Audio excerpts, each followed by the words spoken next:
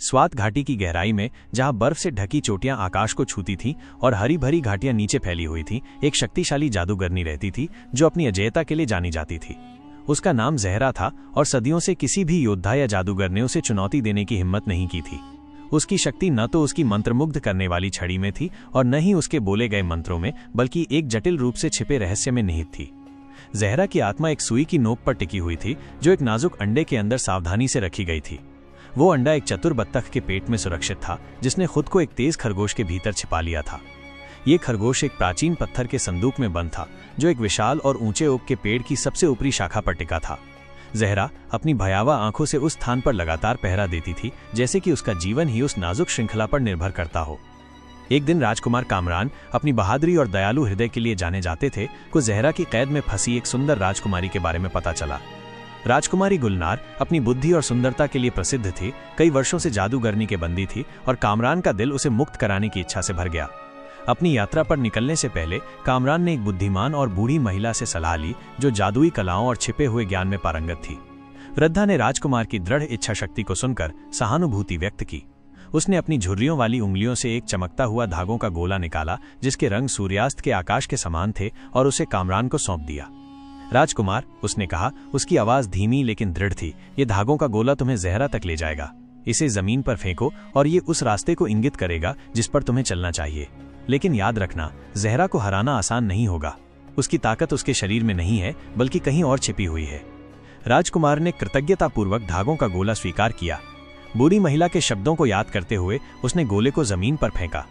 जादुई धागा बिना किसी हिचकिचाहट के आगे लुढ़कता गया, घने जंगल की ओर अपना रास्ता बनाता हुआ। कामरान दृढ़ संकल्पित होकर उसका पीछा किया, पेड़ों की छाया और अनसुनी आवाजों के बीच गहराई से प्रवेश करता गया। जल्द ही राजकुमार जंगल के एक गहरे हिस्से में पहुंच गया जहां एक विशाल कत्थई रंग का भालू रास्ते के बीचों बीच बैठा था। भालू दुर्बल और भूखा लग रहा था, उसकी आंखें बेबसी से भरी हुई थीं। कामरान, हमेशा न्याय और करुणा के प्रति तत्पर रहने वाले, ने तुरंत अपने धनुष से एक तीर निकाला और निशाना साधा। लेकिन इससे पहले कि वो तीर छोड़ पाता, भालू ने एक गहरी इंसानों जैसी आवाज में विनती की, मुझे मत मारो राजकुमार। एक दिन ऐसा आ सकता है जब तुम्हें मेरी सहायता की आवश्यकता हो। भालू की दयनीय प्रार्थना सुनकर कामरान का हृदय पिघल गया। उसने अपना धनुष नीचे कर लिया और भालू को बिना कोई नुकसान पहुंचाए आगे बढ़ गया। उसने सोचा कि किसी भी प्राणी को व्यर्थ में कष्ट नहीं देना चाहिए और भविष्य अप्रत्याशित होता है। कुछ दूरी तक चलने के बाद राजकुमार ने अपने सिर के ऊपर एक सफेद नर बतख को उड़ते हुए देखा। उसकी पंखें धूप में चमक रही थीं और उसकी उड़ान शांत और स्थिर थी। राजकुमार ने जैसे ही तीर चलाने के लिए अपनी कमान चढ़ाई, उसी क्षण बतख नीचे उतरी और बोली, हे राजकुमार, कृपया मुझे जीवन दान दो। समय आने पर मैं तुम्हारे काम आऊंगा। राजकुमार एक दुविधा में पड़ गया। उसे बूढ़ी महिला की रहस्यमय चेतावनी याद आई और अब दो प्राणियों ने उससे दया की भीख मांगी थी। उसने तर्क किया कि यदि ये जीव मुसीबत में उसकी सहायता कर सकते हैं तो उन्हें बख्शना बुद्धिमानी होगी। इसलिए उसने अपना तीर नहीं चलाया और बतख को शांति से उड़ जाने दिया। थोड़ी ही देर में जब राजकुमार एक घनी झाड़ी के पास से गुजरा तो एक फुर्तीला खरगोश अचानक से निकला और उसके रास्ते को पार करने लगा। राजकुमार ने बिना सोचे समझे अपना धनुष उठाया, लेकिन इससे पहले कि वो निशाना साध पाता, खरगोश भी पीछे मुड़ा और बोला, मुझे मत मारो राजकुमार, एक दिन मैं भी तुम्हारे लिए कुछ कर सकता हूँ। लगातार तीसरी बार राजकुमार को एक प्राणी के जीवन को बख्शने के लिए कहा गया था। उसने इन घटनाओं को महत्वहीन नहीं माना और एक गहरी भावना ने उसे इन याचिकाओं को स्वीकार करने के लिए प्रेरित किया। उसने अपना हाथ रोका और उस नन्हे प्राणी को भी जाने दिया। राजकुमार लगातार चलता रहा। धागों का जादुई गोला उसे घने जंगल और घुमावदार रास्तों से होकर एक सुंदर सी झील के किनारे ले गया। झील का पानी क्रिस्टल के समान साफ था और आसपास शांति छाई हुई थी। तभी उसकी नजर एक मछली पर पड़ी जो किनारे पर पड़ी छटपटा रही थी, जैसे पानी की एक एक बूंद के लिए तड़प रही हो। बिना किसी हिचकिचाहट के राजकुमार तुरंत उसके पास गया। जैसे ही उसने मछली को उठाने के लिए झुका, उसने एक कमजोर इंसानी स्वर सुना, हे राजकुमार, मुझ पर कृपा करो, मुझे दोबारा पानी में डाल दो, क्योंकि आने वाले समय में शायद मैं तुम्हारे किसी काम आ सकूं। राजकुमार को अब आश्चर्य नहीं हुआ। उसने धीरे से मछली को उठाया और उसे वापस झील में छोड़ दिया। मछली पलक झपकते ही पानी में गायब हो गई और राजकुमार ने फिर अपने धागों के जादुई गोले के पीछे पीछे अपनी यात्रा जारी रखी। शाम होते होते राजकुमार एक विशाल ओक के पेड़ के पास पहुंचा। ये पेड़ इतना ऊंचा था कि उसकी चोटी बादलों में खोई हुई लग रही थी और उसकी शाखाएं इतनी घनी थीं कि सूरज की रोशनी भी मुश्किल से नीचे पहुंच पाती थी। सबसे ऊपरी शाखा पर राजकुमार ने एक पत्थर का संदूक रखा हुआ देखा। उसे देखकर राजकुमार सोच में पड़ गया कि वो इस भारी भरकम बक्से को नीचे कैसे लाएगा। ये स्पष्ट था कि जहरा का रहस्य इसी संदूक में छिपा हुआ था, लेकिन उस तक पहुंचना एक असंभव कार्य लग रहा था। तभी अचानक राजकुमार ने देखा कि जंगल से वही कत्थई रंग का भालू निकल रहा है जिससे वो पहले मिला था। भालू बिना कोई शब्द कहे पेड़ के पास गया और अपनी ताकतवर भुजाओं से तने को पकड़ लिया। एक भयानक गर्जना के साथ भालू ने अपनी पूरी ताकत लगाई और विशाल पेड़ को पूरी जड़ से उखाड़ फेंका। पेड़ के गिरने के साथ ही वो पत्थर का बक्सा भी नीचे आ गिरा और जोरदार धमाके के साथ टूटकर बिखर गया। बक्से के अंदर से एक फुर्तीला खरगोश बिजली की गति से बाहर निकला और भागने लगा। राजकुमार को एहसास हुआ कि ये वही खरगोश था जो जहरा की आत्मा को छुपा रहा था।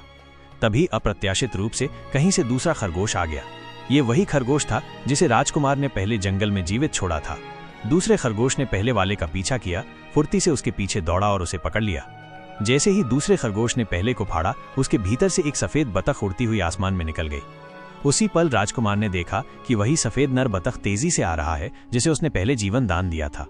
बतख ने बिजली सी तेजी से उड़ती हुई दूसरी बतख पर झपट्टा मारा और उसे जोर से मारा, जिससे उसके भीतर छिपा हुआ अंडा बाहर निकलकर नीचे झील में गिर गया। राजकुमार निराशा से भर गया। अब वो उस अंडे को झील से कैसे निकालेगा जिसमें जहरा की आत्मा कैद थी। उसे लग रहा था कि उसका प्रयास व्यर्थ हो गया है। लेकिन तभी राजकुमार को अपनी आंखों पर विश्वास नहीं हुआ। उसने देखा कि वही मछली जिसे उसने बचाया था, अंडा अपने मुंह में दबाए किनारे की ओर तैरती आ रही थी। मछली ने धीरे से अंडा राजकुमार के पैरों के पास छोड़ दिया। कृतज्ञता से अभिभूत होकर राजकुमार ने वो अंडा उठाया और ध्यान से फोड़ा। भीतर एक बारीक चमकती हुई सुई छिपी थी। उसे देखते ही राजकुमार समझ गया कि यही जहरा की शक्ति का स्रोत है। बिना किसी हिचकिचाहट के उसने सुई को अपनी उंगलियों के बीच पकड़ा और उसे मोड़ना शुरू कर दिया। जैसे जैसे सुई मुड़ती गई, उतनी ही तेजी से दूर कहीं जहरा दर्द से कराहने लगी। उसकी सारी जादुई शक्तियां क्षीण होती गईं, उसका अजय आभा भंग होने लगा। और फिर वो क्षण आया जब सुई टूट गई। उसी क्षण एक भयानक चीख पूरे जंगल में गूंज उठी और जहरा का अंत हो गया। उसका काला जादू हमेशा के लिए समाप्त हो गया। राजकुमार अभी सोच ही रहा था कि अब वो राजकुमारी गुलनार को कैसे ढूंढे, तभी वो उसके सामने प्रकट हो गई। उसकी आंखें खुशी से चमक रही थीं और उसके चेहरे पर एक प्यारी मुस्कान थी। राजकुमार, उसने कहा। उसकी आवाज में राहत और प्रशंसा का मिश्रण था। तुम ठीक समय पर आ गए। एक पल और होता तो सब खत्म हो जाता। राजकुमार और राजकुमारी की आंखें मिली और उस एक पल में मानो उनका सारा दुख और अलगाव बह गया। उन्होंने एक दूजे का हाथ थामा और अपने राज्य की ओर लौट चले, जहां उन्होंने जीवन भर प्रेम, शांति और आनंद से साथ बिताया। राजकुमार कामरान की बहादुरी और दयालुता की कहानी दूर दूर तक फैली और ये याद दिलाया गया कि सबसे शक्तिशाली दुश्मनों को भी करुणा और निस्वार्थता से हराया जा सकता है।